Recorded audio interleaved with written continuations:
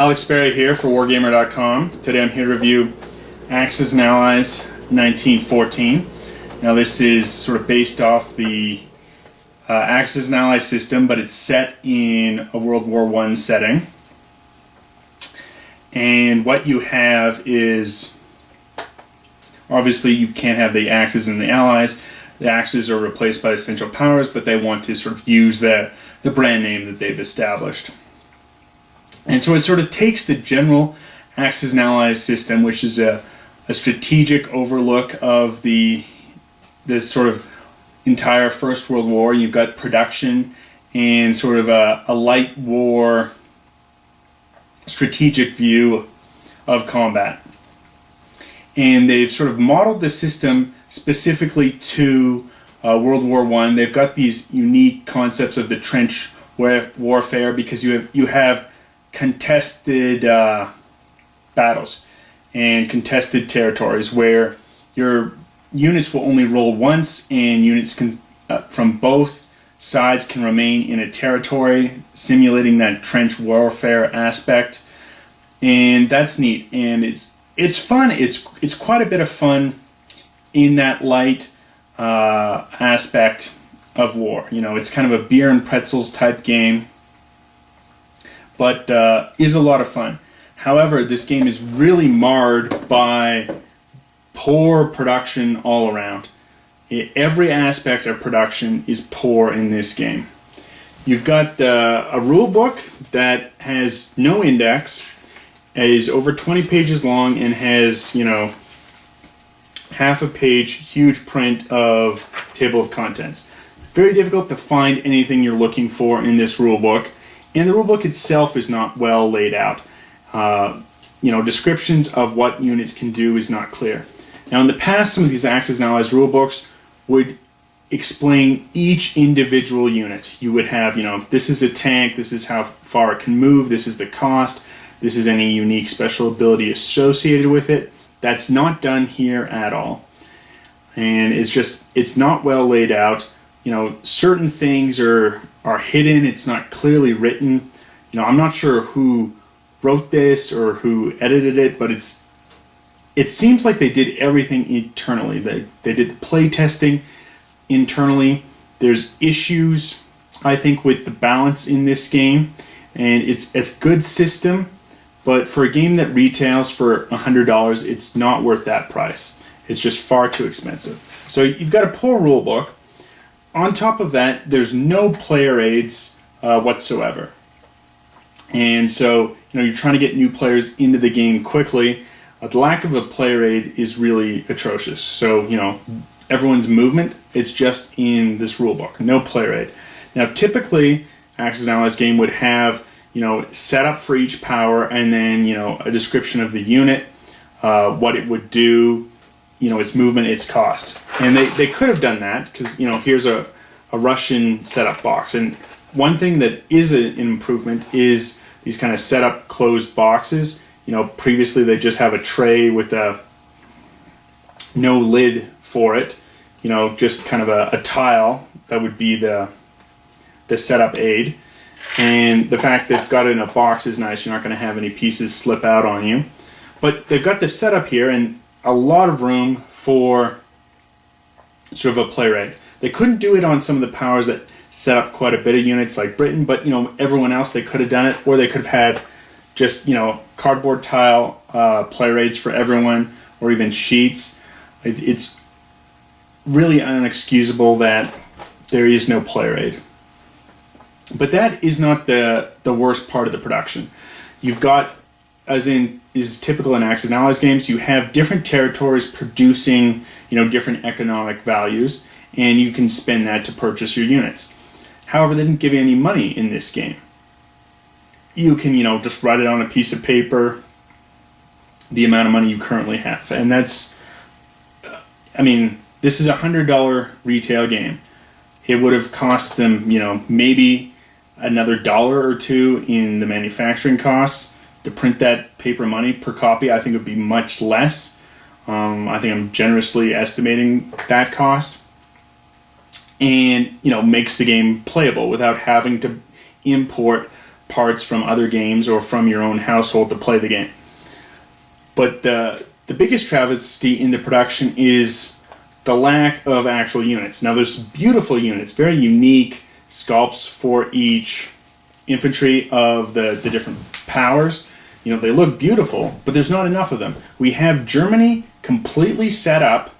The game hasn't even started, and they're out of infantry.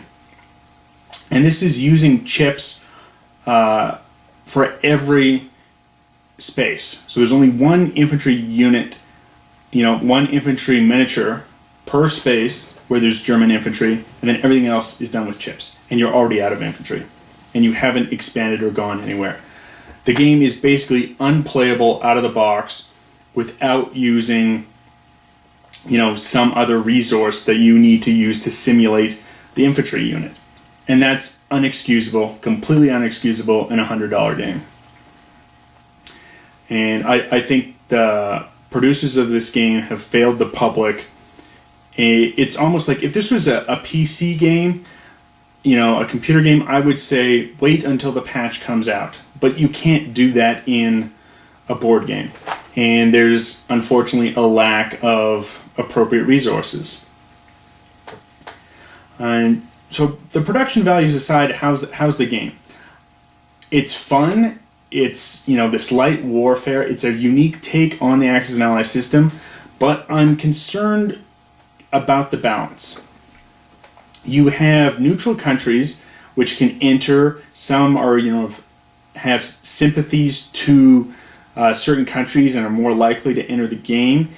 And there's neutral countries you can just simply invade, try and get their production value, but they're going to join the opposing side. It's a neat aspect. It's done as was done in, you know, First World War. You've got, you know, Bulgaria, Romania joining in, Italy, America. There was a lot more fluid diplomacy in World War I than there was in World War II. And I like how they simulate that in the game. However, one issue is they've made Switzerland so weak militarily that there's almost no game that's been played where Switzerland isn't invaded. Because it's such a strategic location on the map, you know, every power wants that location, and they have not given the Swiss the strength as a deterrent to actually invade. Now, historically, the Swiss have always had a very strong army, and that's been a deterrent. And that's not simulated in this game, and it's too ahistorical. I mean, sure, Spain never joined in the First World War, and that's a possibility here, but in playing multiple games, that's not going to happen each game. Maybe Spain is invaded, maybe Spain joins in the First World War. But here, Switzerland's happening each and every time, and it's just too weak, and the designers should have, done that. There's the feeling that this game was only play-tested internally. Additionally, with Russia has, at the beginning of the game, 36 infantry. Germany has over 60, and Austria-Hungary has, nearly 50. They've got 48. And on top of that, Austria-Hungary's production capacity is greater than Russia's, and that just does not seem to jive with anything historical. Now, maybe they were trying to do this to simulate, the weakness inherent in, the Russian political system at the time, but historically, Austria-Hungary's military was not very successful. The Russians had quite a bit of success against the Austria-Hungarians, the Brusilov offensive, for instance, and that's not really simulated here because the Austrians have greater production and have a far larger military. And so in the games that I've played and the games that other people in my game groups have played, Russia gets knocked out early, game after game. And I don't think that's necessarily historical, that Russia was, a foregone conclusion of being knocked out quickly. And it happens too often, too quickly, and then those production value points are transferred to the Central Powers, and the Central Powers have sort of the benefit of internal lines that it seems like it's too easy for the Central Powers to win. It's not that they're going to win every game, but similar to sort of War of 1812 that I reviewed previously, where, you know, Britain is winning that game 80% of the time. I think something similar like that is happening in the Central Powers. It's possible for the Allies to win.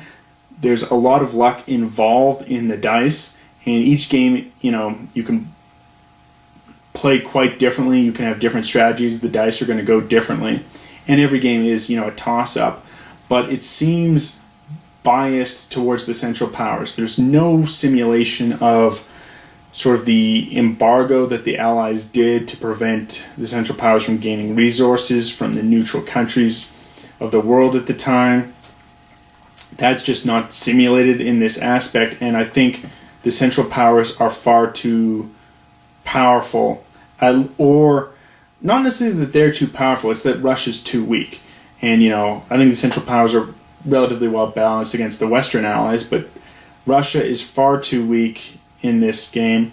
They have Moscow as the capital instead of St. Petersburg, and don't have many production points values for St. Petersburg. The fact Austria-Hungary has greater production capacity than Russia and has as a bigger army by about 150% compared to the Russians is just incongruent with history, and does not work in this game to make a balanced game, I think.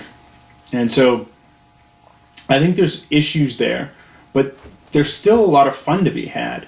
And I think if you're a fan of Axis and Allies, if you've liked the previous games, and if you can get over the poor production values, there's really a lot to like here. It takes that Axis and Allies system and it simulates the trench warfare aspect. And that's just, it's really neat how you can have both enemy combatants contesting a territory, and they can stay there turn after turn to simulate the trench aspect. And it's a really neat system, and there is fun to be had here. But let's take a look at how the game actually plays. So here's a board on setup now.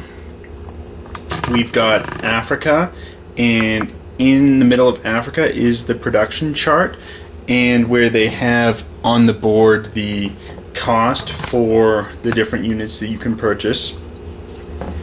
Now, other than the manual, that's the only place on the board, and you can see this production chart is kind of fiddly. It's not like the previous Axis and Allies charts, and there's no money. It's not that helpful. I think the map of Africa, however, is generally pretty good. You know, they've kind of crushed it in, and there's space to move.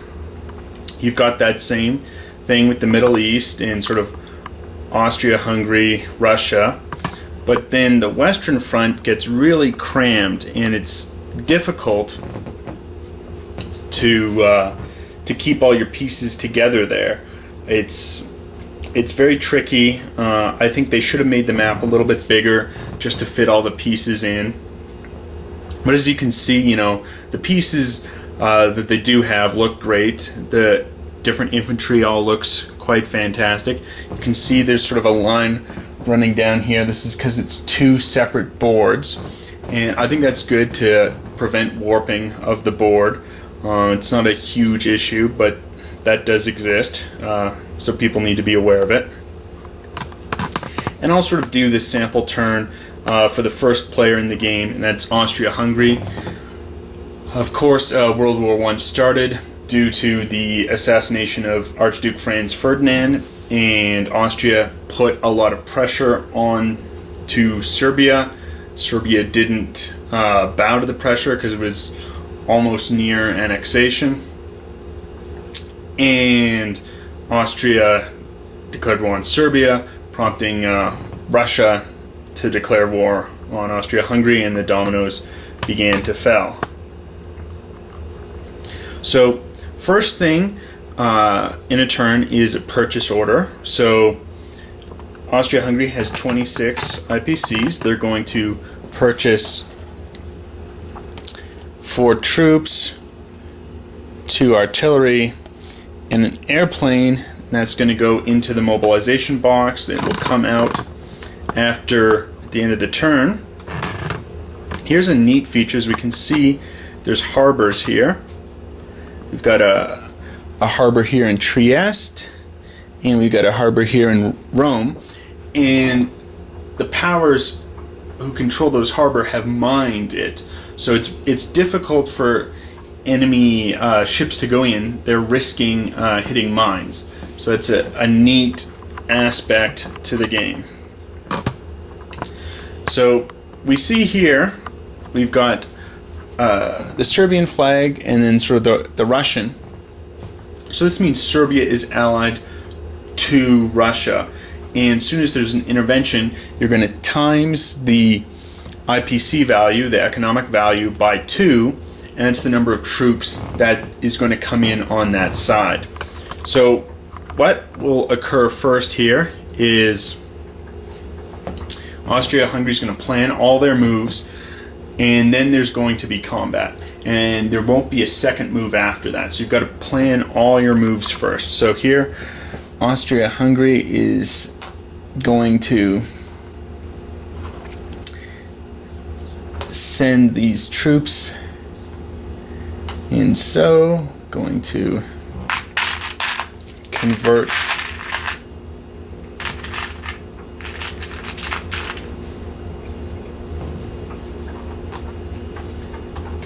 this, make change here for the invasion.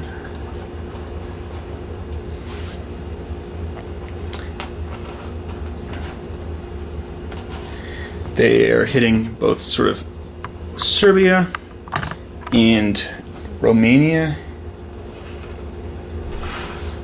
Going to move these guys from Bohemia.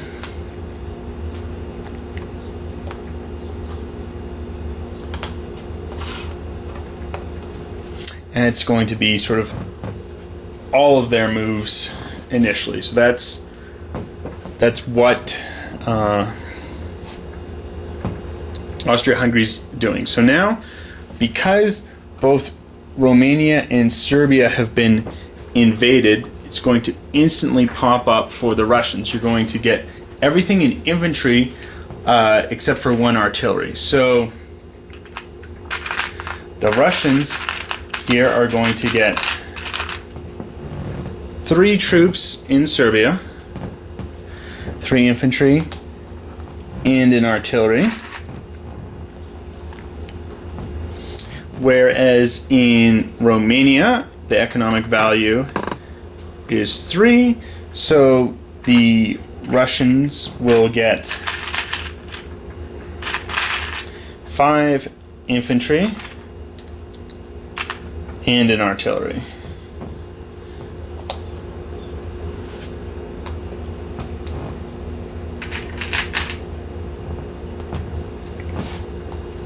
Now battles will take place. So we're going to take here, let's do the invasion of Serbia first.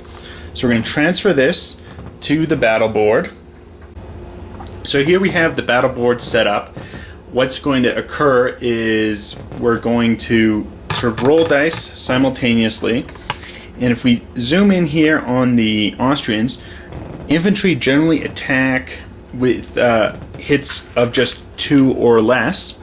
Whereas if there's infantry with artillery support, that is for each artillery involved in the attack, infantry can attack and hit on 3 or less. So because there's 3 infantry that are attacking, this is upgraded, so all the 3 infantry can upgrade and hit higher. So first we're going to roll 3 dice for the artillery. They're going to hit at 3 or less.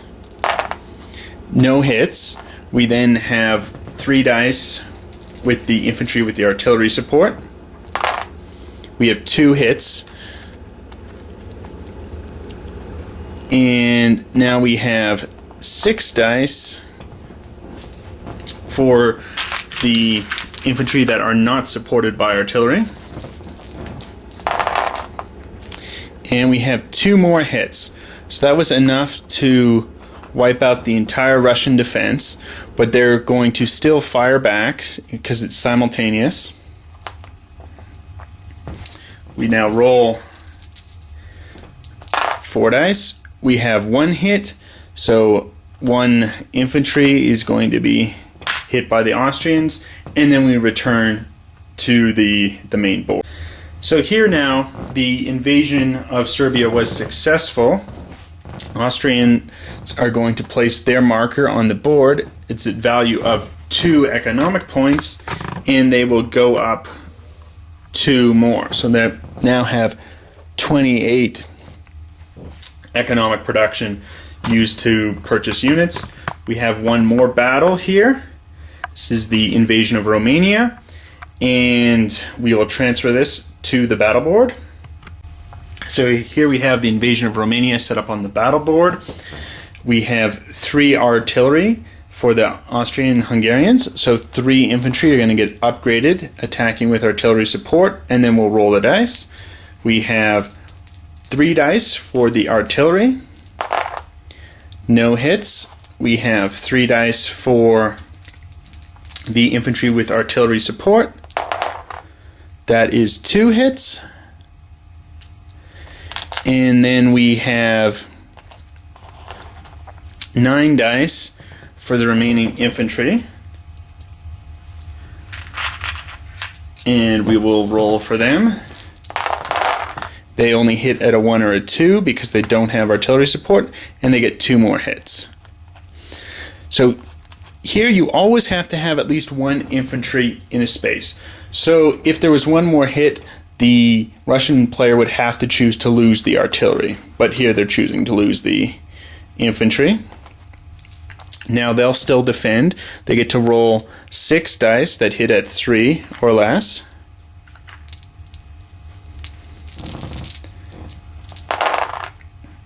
And they're able to get 3 hits, and that will occur on the Austrian-Hungarian infantry. Will now return to the main board.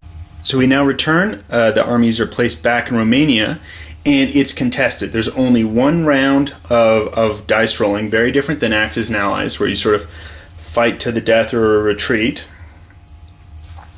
And so Romania remains contested. No country, neither Russia nor the Austrian-Hungarians, are controlling it, and no one will obtain the 3 economic value points. So that's Austria's turn. They'll now place their units. They have to be placed here in Vienna. It's their production center. It can't be placed elsewhere. It's kind of odd they can't be placed in Budapest, given this is, the dual monarchy. But for gameplay purposes, I guess that's what they've decided to do. So now these units will be placed here in Vienna, the ones that were purchased at the beginning of the turn. The airplanes are useful in increasing the attack value of artillery as they spot for the artillery. It's kind of a neat combined arms mechanism. And as we could see, it was kind of an interesting political that, Romania was sort of allied with Russia. If, let's say, Austria-Hungary hadn't invaded it, but rather the Russians had just sent troops in, then those Romanian troops would appear and join. Whereas if there was an attack on sort of a true neutral, anyone going in would be declaring war on that country, declare war on Greece, and the Grecian forces would fight on the other side. So that's sort of a turn. It's Austrian, Hungary goes first, next would be Russia, and it sort of simulates sort of how the actual wars unfolded. I think turn order is well done in this game. It's a good turn order. Again, I think issues are this Switzerland here, just having 1 economic value. It's far too easy to invade that. It just opens the front too much, and it's too easy of a move to occur. And again, as I'd mentioned earlier, I think the Russian economic value is just too low compared to Austria-Hungary's. Once they're knocked out, Germany and Austria-Hungary is gaining Russia's economic value, and it's tough for the Allies to support Russia even, to funnel troops in there. And the capital here, production center, is Moscow. I think, maybe St. Petersburg really should have been valued a little bit higher in this game. Give them some more production strength, or maybe have them have some more off-board troops that were coming from the Far East. Something like that. I just think it's too easy to knock Russia out in the game. But that's the game. That's how it plays. We did one turn to Austria-Hungary. Everyone would get around. America would not be able to enter the war until either the 4th turn or Germany has declared unrestricted submarine warfare.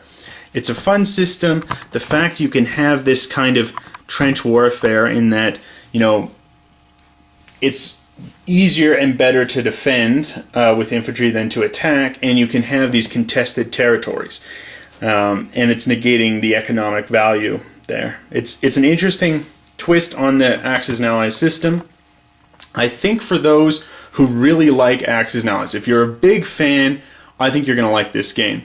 But try and pick it up somewhere without the price tag. And I think for most wargamers, there's the serious balance issue in the game, and just the fact you can't play this game complete. As we can see with Germany, all their infantry here in Europe and down in Africa, they have no additional infantry miniature to use, and it's unacceptable. You couldn't even buy one at the beginning of the game.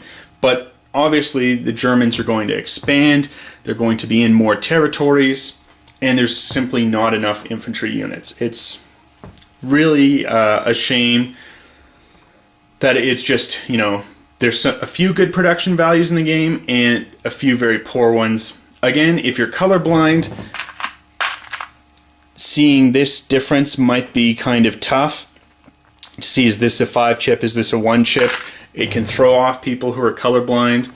The lines are sometimes tough to tell where the country is demarked. Not so much here, but if we zoom in kind of on the German ones where it's already a gray background and they're using a gray line, it's much more tough. Anyway, till next time.